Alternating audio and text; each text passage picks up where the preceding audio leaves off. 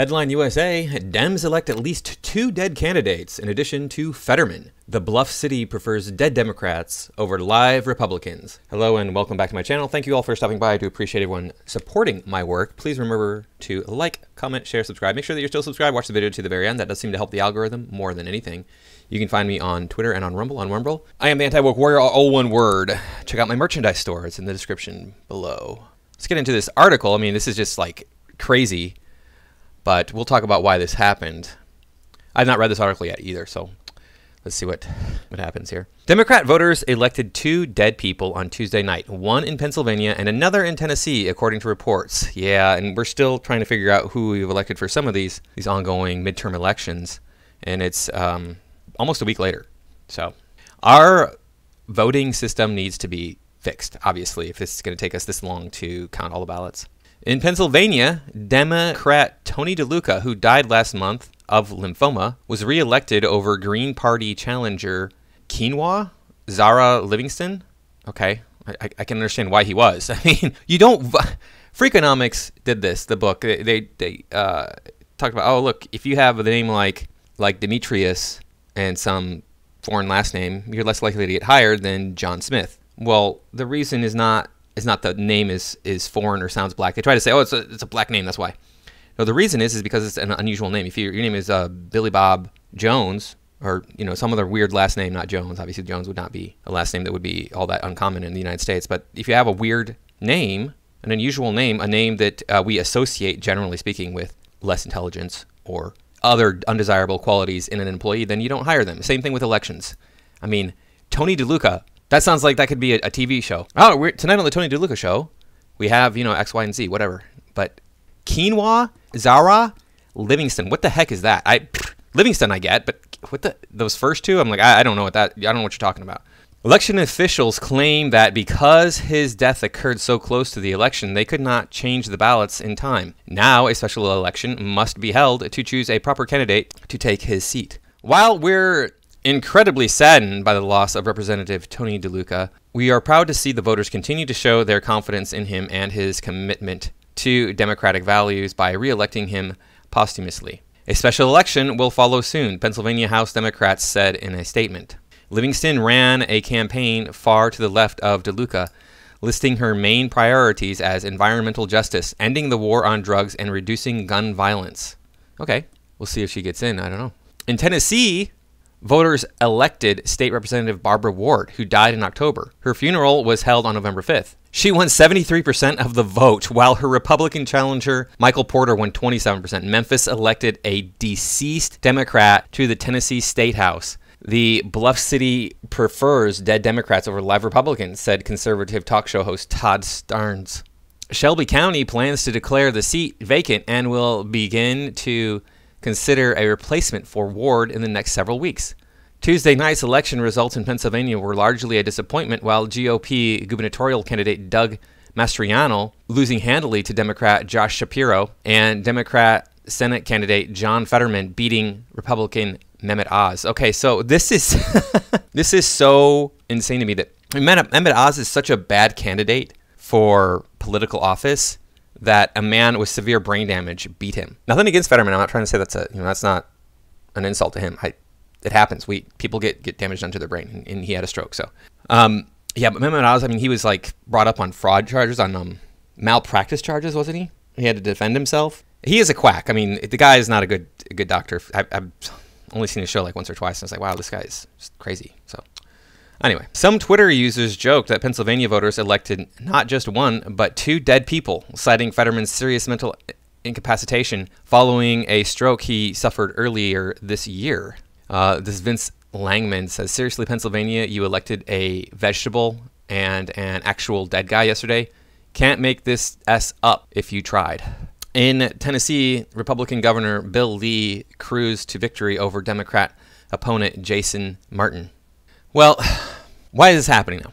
Okay, so you could say, oh, it was so close that people didn't know. Yeah, and that's probably true. A lot of people didn't know that either one of these candidates had died because they just voted Democratic, not knowing that the Democrat candidate was that they wanted the Democratic candidate, and they didn't know that he was dead. So I'm sure that happened to some people, but you gotta pay attention to what's happening in the world.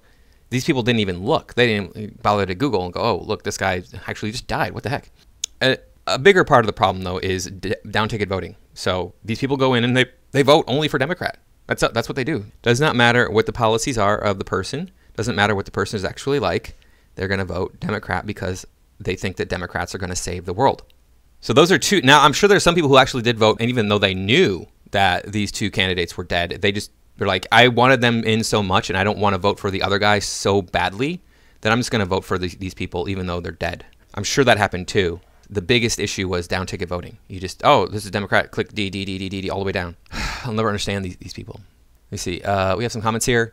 Bert says, so 3 dead Democrats plus 6 brain dead members, i.e. the squad. The left is getting it on with the dead folks in office. I guess that would then match the percentage of Democrat voters who, when their names are checked off the list, will be found to have died.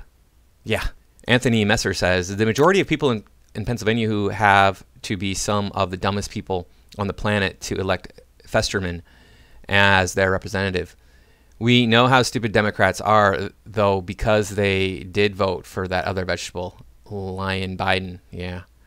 Well, I also want to bring up this. As I drive to work, I have a long commute, and I listen to talk radio, and I was on a station that I don't normally listen to. It has a lot of woo-woo stuff on there. Woo-woo being like, oh yeah, align your chakra here, and you feel this point here, and like everything will be right in the world, and all these things that are a little bit out there that there's no real evidence to support. They brought on, I don't know what they were talking about, but they brought on a lawyer who's been practicing law here in California for decades now. He sounded like he was at least in his late 50s. He did not sound young. He might have been much older than that. I don't know how old he was, but he was going on and on and on about the Democratic agenda and how that has to win. It has to win. The progressive agenda has to win. He said specifically, the Democrats' progressive agenda has to win. And I was like, are you kidding me? So you want to have drag queen story hour in grade schools? Okay. What about having public school employees convince your child that they are trans and work with them through the transitioning process so that they change their gender without the parents knowing? Want to include MAPS as a protected class of people. Want to call for reparations for black people whose ancestors who suffered under slavery are all dead. Not to mention, many of these black people came to the United States after slavery ended. They were immigrants to the United States after slavery ended. You think that the BLM riots, which killed dozens of people and caused billions, if not trillions of dollars worth of damage to this country, are okay. These are all things that are on the progressive agenda. This is what you want? This is what you see as a good thing in this country? The progressive agenda has to win. We see an unnatural rise in the number of people who are claiming to be LGBTQ.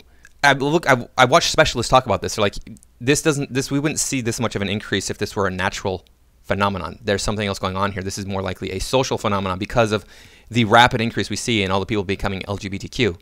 Now you might be thinking, well, that's not a big deal. I mean, who cares if somebody is LGBT? That's their life. They can live it how they want to, right? I understand. Yeah, I get that. But when you have ugly men winning women's beauty contests, that is a sign of the end of the civilization. The civilization is crumbling. This is just further bolstering my argument that, people do not care about this country. They care about their agenda. They care about their own personal interest. I'm not nearly as old as this lawyer was that I referred to a moment ago.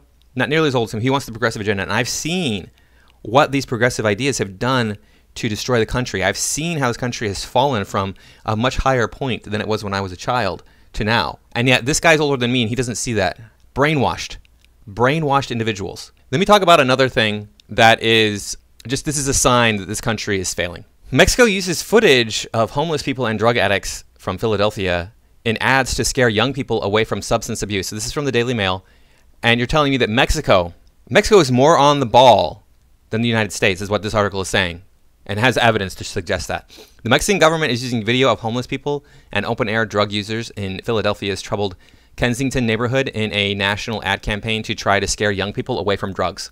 Jesus Ramirez, the spokesman for Mexican President Andres Manuel Lopez Obrador, proudly presented the ad series Tuesday, saying the campaign seeks to inform young people of the damage caused to health by the consumption of chemical drugs. There are videos on here, I believe. Yeah, right here. Okay, let's take a look at this video here.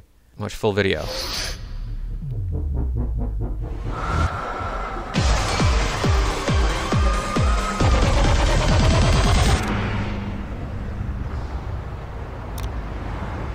fentanilo te engancha desde la primera I don't speak Spanish, so vez. if you can translate Esclaviza that. tu mente y tu cuerpo. No destruyas tu vida. El fentanilo mata. No te arriesgues. No vale la pena. Si necesitas ayuda, llama a la línea de la vida, 800-911-2000. Vita's life, I know. 911, That. what do you need, please? So that was nice. I don't know. I'm sure it's like, hey, you know, live a happy, positive life. Look, they're finding the dregs of American society, and they're showing it to their children and say, yeah, don't use drugs. What is America doing about drugs? Nothing. Encouraging it, making it easier to come into the country. I mean, we open the border so that the drugs can flood in. Fentanyl can come in. Changing the number of overdose deaths from December 2020 to December 2021.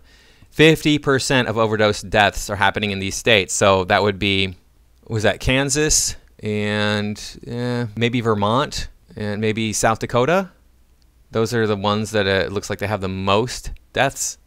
Up here, you got some pretty high deaths in Washington and in Oregon. Wow. Don't use drugs. I don't use any drugs. And I've been on some pretty strong painkillers in my life, but I never found drugs so appealing that I would want to use them regularly at all. I use them for pain. And when pain was gone, I stopped using them. Drugs aren't my thing, I guess. I don't know. So we got more of this article here. These are terrible ads. They're truly terrible, said Mexico security analyst Alejandro Hope. They are badly thought out, badly produced, and they are the result of bad public policy. There is no public health message here. I'm amazed that a person in Mexico said that, because, you know, if we went down to Mexico, if some Americans went down to Mexico and filmed like the worst of the worst people in Mexico and then brought that to the United States and say, look what's happening in Mexico, don't be like that. Racism galore. But this just shows the United States is no longer at the pinnacle where it was. It used to be the greatest country in the world, and now we're falling. This is just more evidence that I keep saying, look, this country is falling. Country is not as strong as it used to be. We see the collapse of our civilization here in the United States, in the West in general, but especially in the United States. When a country, Mexico, which is, and I understand it in some places it's like a third world hellhole, still, they can look to the United States and say look how bad it is in the United States. That is, that's a sign that your civilization is falling. Anyway, that's all I got for this time. Don't vote down ticket. Understand who you're voting for. Don't use drugs. Drugs are bad, okay? And I will see you in the next video.